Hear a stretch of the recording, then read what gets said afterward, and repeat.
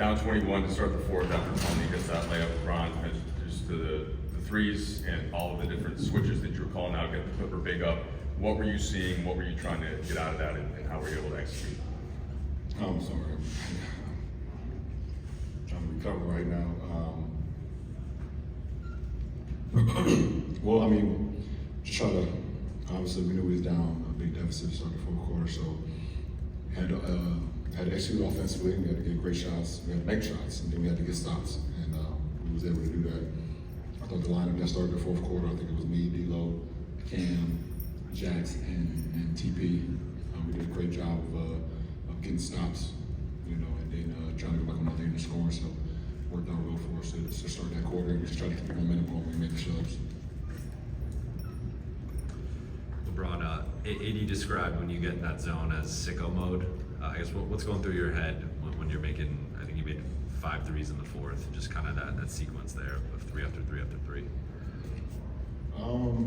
Just in the zone. I mean, I know we've kind of heard this, you know, what it feels like to be in the zone, you know, in our sport, and that's just a feeling. When you feel like everything that you put up is going in, and you know, for me, I just kept it consistent. I wasn't taking ill-advised shots. I stayed in the course of the offense. When I was able to get the switches, I was able to give myself some space and get a couple more looks. You know, so my teammates did a great job of continuing to find me. You know, and then I just tried to dictate the tempo, dictate the game. You know, as we started making a run for it and getting the game closer and closer and closer. So it was just a zone that you just can't really describe it. Wish it was staying there forever, but obviously it checks out, you know, as the game ends. But you know, during it, you don't feel anything. It's like a superpower, I feel. Jay? LeBron, it's your, I think it was 1,473rd regular season game of your career. And if we have the stat right, it was the first time one of your teams came back from 21 points in the fourth. What's your capacity for carrying this team in whatever aspect that it needs to get between today and the finish line and have a berth in the postseason? Just gotta do what I gotta do. I'm in a lineup. If I'm on the floor, gotta make plays. You know, sometimes I gotta make even more plays. And tonight was one of those moments where I had to make even more plays in order for us to even get back into the game and then ultimately winning the game. So, you know, we obviously every game is important for us, especially at this moment. You know, and we have to approach it that way. But tonight was a really good test for us. It was a great test. Obviously, being down, which one of the best teams in the league, on their home floor, and be able to keep our composure, you know, to weather the storm.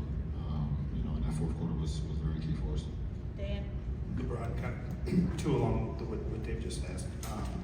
To still be having firsts 21 years into this, how does that hit you? And then secondly, you know, you did that in the fourth quarter offensively, but just like you did in Phoenix in the second half, you took on a big defensive assignment. How much of that do you think you can do? How regularly can you take that on the defensive side of the ball as well?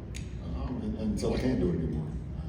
You know, so I've been put in a position throughout my whole career where I've had to do a little bit of everything throughout the course of the game, and that's carried me to still continue to stay humble, you know, stay in the moment, and stay the course throughout my career, even 21 years in. So offensively, you know, our team needed me to step up, and defensively, they needed me to take the challenge on Kawhi.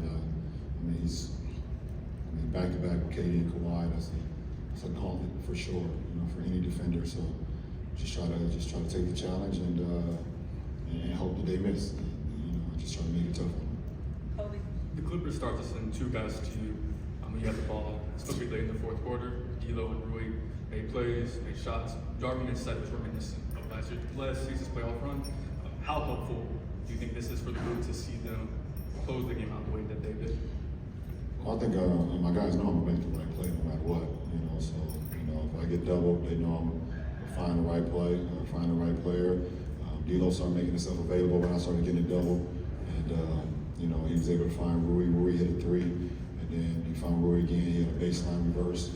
And then I got doubled again. I was able to find D'Lo over the top for catch high, stay high, 3-ball, which was a big play for us. So, you know, it's great that we can, you know, lean on our guys and everybody feel like they're very comfortable making a play throughout the course of the game, no matter the time. Last two. Rachel. LeBron, you pointed out this is a great test, right? Because of the quality of the team you're playing.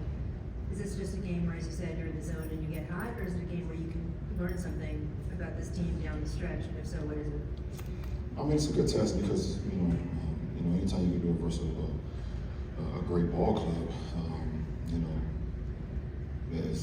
it can work well for you. And obviously, tonight was a good test. If we ever put in a position again, we know how to handle it or how to go forward. Obviously, you never want to be down 21 in the fourth, 19 to start the fourth. That's not ever the cost of the game. But if it happens, we can buckle down and get stops and make shots if we just play the game the right way. So I think it was a good test for us. But another good test for us tomorrow. We got to see how we have success tonight. Probably coming in tomorrow and be mentally prepared as well.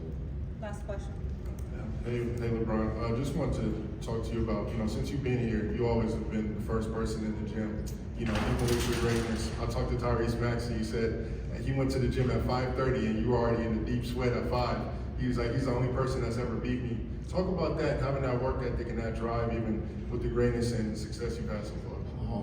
I think you're only gonna get out of the game as much as you put into it. And for me, I've always wanted to be, one of the greatest that ever played this game. And I knew I was born with some gifts and born with some athletic abilities. And I seen it early on. A lot of people would tell me early on, but that only gets you so far. It only gets you so far, especially in this league where everybody is born with an unbelievable gift. That's why it's only a select few of us that make it to this league. I just had to put the work into it. I always cared about trying to get better and having a growth mindset and getting better and better every single year. Trying to keep the defense so unbalanced that they don't know what to do, because I just expanded my game, each and every moment. So I think that's the most important thing I can give to the younger generation is just put the work in. Put the work in, you continue to work your habits and continue to put the work in. No matter if you're not feeling great about it or whatever the case may be, I think it's always going to pay off because the work never ever, it never shies away from it. I mean, you can never shy away from the work. The work is always going to pay off. And when you shortcut the process, it'll catch up to you. But if you put the work in, day in and day out, physically, mentally, spiritually, whatever the case may be, I think it'll always pay off for you. So for me, I want it to be great. I want it to be great, and you can't be great if you don't punch your clock in. So I think that's what it all boils down to. Appreciate it. Thanks, LeBron. Also